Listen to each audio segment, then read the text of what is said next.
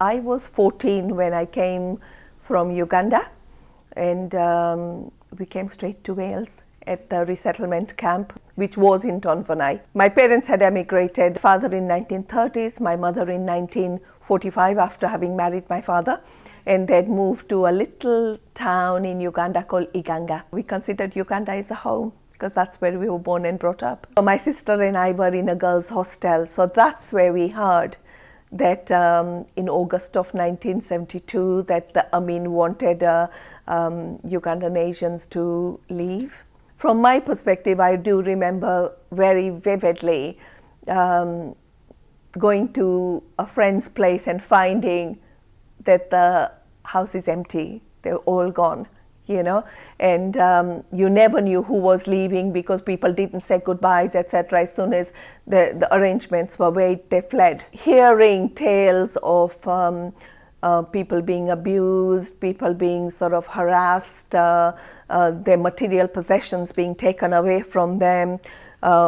We had a house help called John, a young man, probably 18, and he didn't come to work for a few days. So we wondered what was going to happen, what was happening. And you know, when he came back, he showed us his back, where he had been lashed because he was taken by the police, and for some reason they wanted to know who does he work for. Standing at the airport, I was behind my sister, and I think we were not allowed to take out any Ugandan currency, and my sister had a few cents, so it was literally like a few pennies in her pocket. And you know, these scary army officers with their guns, you know. My sister was 16 and not allowing her to go, and shouting at her and telling her that she's got money in her pocket. And I remember looking at my mother, and my mother was only like small, 4'12", you know, sort of.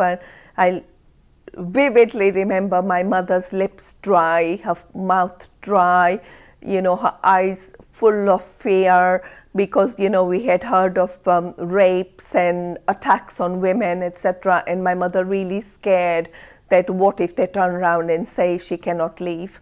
And then my sister was then allowed to leave, and going inside the plane and British Caledonian, looking out through the window, and was really scared my father wasn't going to make it because my father was obviously disabled and walked with a stick, and he was way behind, and really feeling terrified. What if the plane goes off without him? So this irrational fears that somehow something horrible is going to happen. So my first impressions of UK were looking through the window of the sort of bus which was taking us to the train station from Heathrow Airport. We arrived in Tonfanau refugee camp. You know, we really had no idea what to expect, and we were all taken to a cinema there, which was a hall, and we were allocated these little rooms which had these small one bedders with these khaki blankets on top. A tiny electric heater was wall mounted, and there were lots of beds in a tiny area. In Uganda, you know, we had our own fashion sense, and you're 14, you're very conscious of how you dress, etc. So, you know, we wore our mini dresses in our 60s, and then we started wearing our bell-bottom trousers and tunics in Uganda. And of course, there were a lot of clothes which are from 1960s and really, you know, old-fashioned clothes. So I remember at 14 thinking, well, I don't want to wear that, you know. So I'd rather wear my Ugandan dress even if I'm going to be cold, because as a teenager, you know, it's really important, you know, you're conscious of how you dress, etc. So I still went around in my sandals and my little Ugandan dress, even though it was freezing cold, because I'd rather look nice than sort of wear these old-fashioned clothes. Food options were limited, so it was mainly English food. And for vegetarians, which were predominantly a lot of Ugandan Asians were, Gujaratis were vegetarian. So there were not enough vegetarian options. And, toast, milk, cornflakes, beans. And after a couple of weeks, people complained and said there wasn't enough variety of foods for vegetarians, and also people, were missing their own food to an extent, So after, I would say, a few weeks, they invited some of the Ugandan Asians who were already there to help with the cooking. And a stage came when they started making parota and stuff like that, and offering that, which was much nicer. And much later, they actually gave us little electric plates to keep in our own rooms, so we could cook our own food if we wanted to. And I do remember sort of our first meal, so on that little ring which was cooked, like little khichdi, etc., was made. And, that was so enjoyable, because that was again the food, home cooked. In retrospect, if I think about it, then I remember the inappropriateness of some of the volunteers or people who the organization had put in place. And I remember one person I can still see in front of my eyes is very colonial, older gentleman. And my father, obviously at that stage, my parents couldn't speak much English, so the children often helped out. So we were looking, it was a housing office, so you would go there and you would discuss your housing needs, etc., and go and ask if a house was ready for you. And we'd gone over, and I'd gone with my father to translate. And when I stood there with my father, the old English gentleman said in Hindi,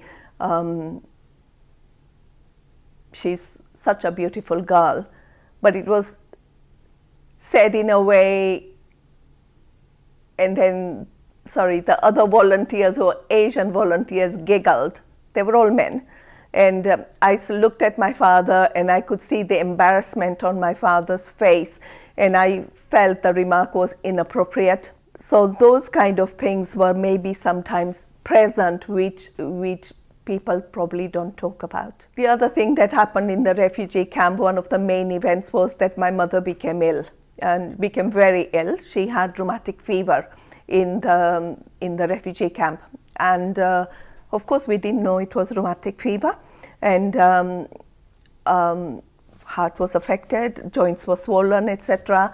And so my sister and I went to the medical center and said that because my mother couldn't go to the medical center, she couldn't walk, because Tonfanau camp is very hilly. It's you've got to go climb a hill to go to the medical center. And the nurse said to my sister and I that it was raining a bit then, and she said, "It rains here all the time, and just because it rains, you can't turn around and say she can't come here. You've got to bring her here, otherwise no one's going to come there and see her." And we went home and told my mum that they won't come, and we've got to walk over. And then we walked, my sister and I and my mother. And, my mother, you can imagine, with rheumatic fever, with the acute infection, with the heart, cardiac sort of affected, and walking, and my mother would walk a few steps and then stop and sit down, and walk a few steps and sit down. And then a milk van passed by, and then he stopped and he said, "Shall I take you?" And we said, "Yeah." And then he took, of course, my mum to the medical center. And of course, as soon as the doctor examined her, he said, "No, you can't go home. You've got to be admitted now." She survived. She did live, but she never quite recovered. My mother had a nervous breakdown in the hospital, because I think she overheard that there was a priest she was learning English, right? So she had a dictionary and she was learning English, etc. And she overheard someone talking about that there was a priest who's been involved in an accident.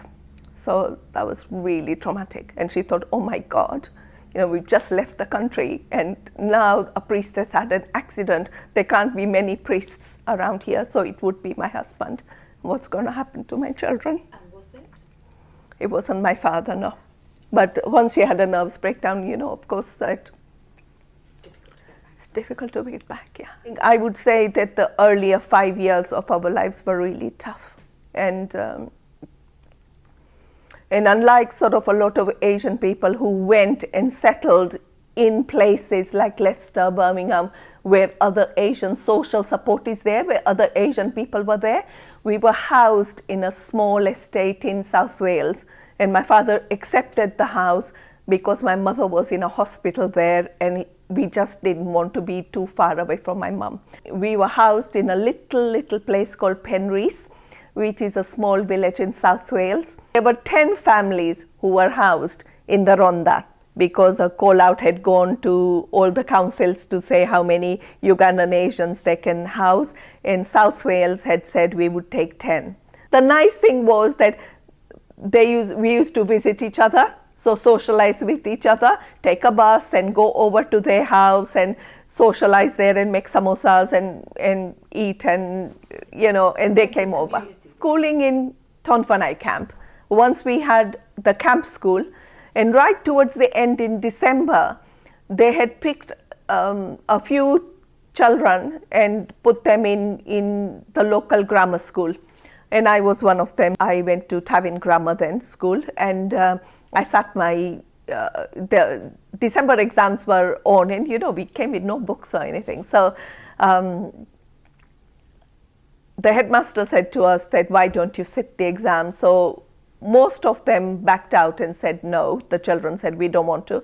But there was a girl called Rasika Dabe who was my age, and we were both in the same class. And Rasika said, we should try to sit the exam. And I said, okay, we will both sit it.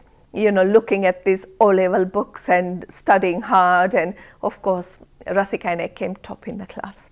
So, it was so nice, and it was showing the school that just because we came from Uganda, which was an British colony, doesn't mean that the education standard in English was low.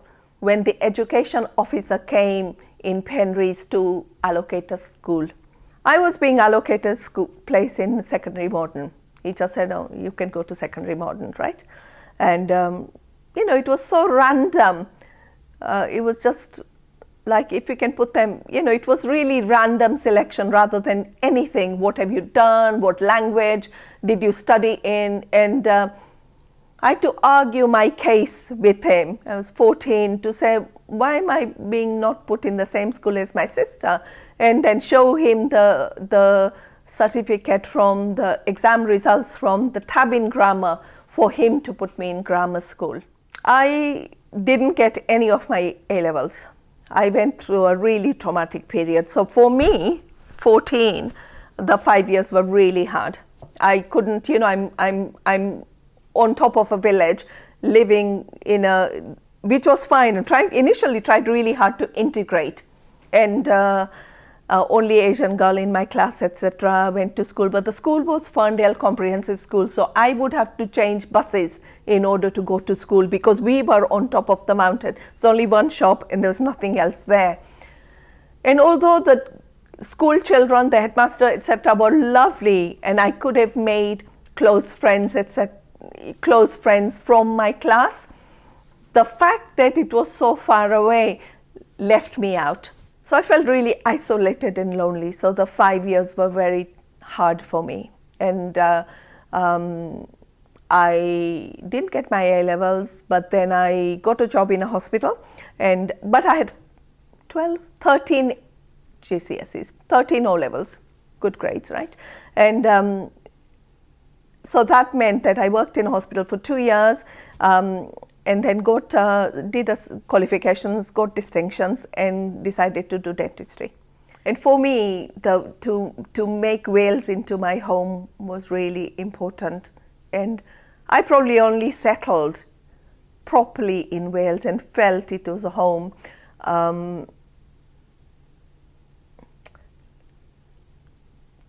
less than 20 years ago. I've been here 50 years. And I felt homeless, quite frankly, until I made a solid decision that there's never going to be the home that I have lost. I'll never find it. My story of Uganda is not just my story, but it is a story of my siblings and my family. My mother, Chandrika Keshavlal Joshi, who lost their life, who died in this country, having made it their home. And we scattered the ashes in a Welsh river and called it our Ganga. We have now truly made this into our home.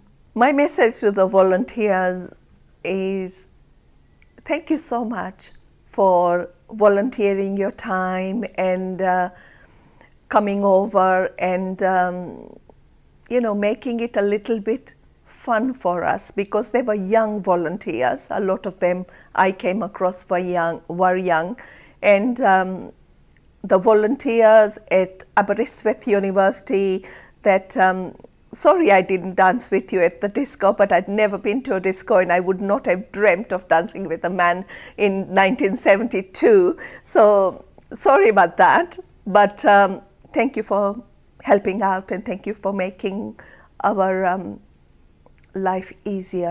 Looking back, if I had only lived my life in Uganda, I cannot see that I would have had those opportunities in Uganda, because most people, if I look back and remember women in their 20s, were married very young and had children and had their own families.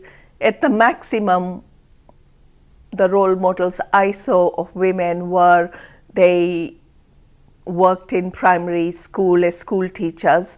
There was an Indian nurse who was a woman in our town, but I never saw women in any professional positions. And I think the advantage of coming to this country is that as a woman, it gave me wings so that I can never stop flying.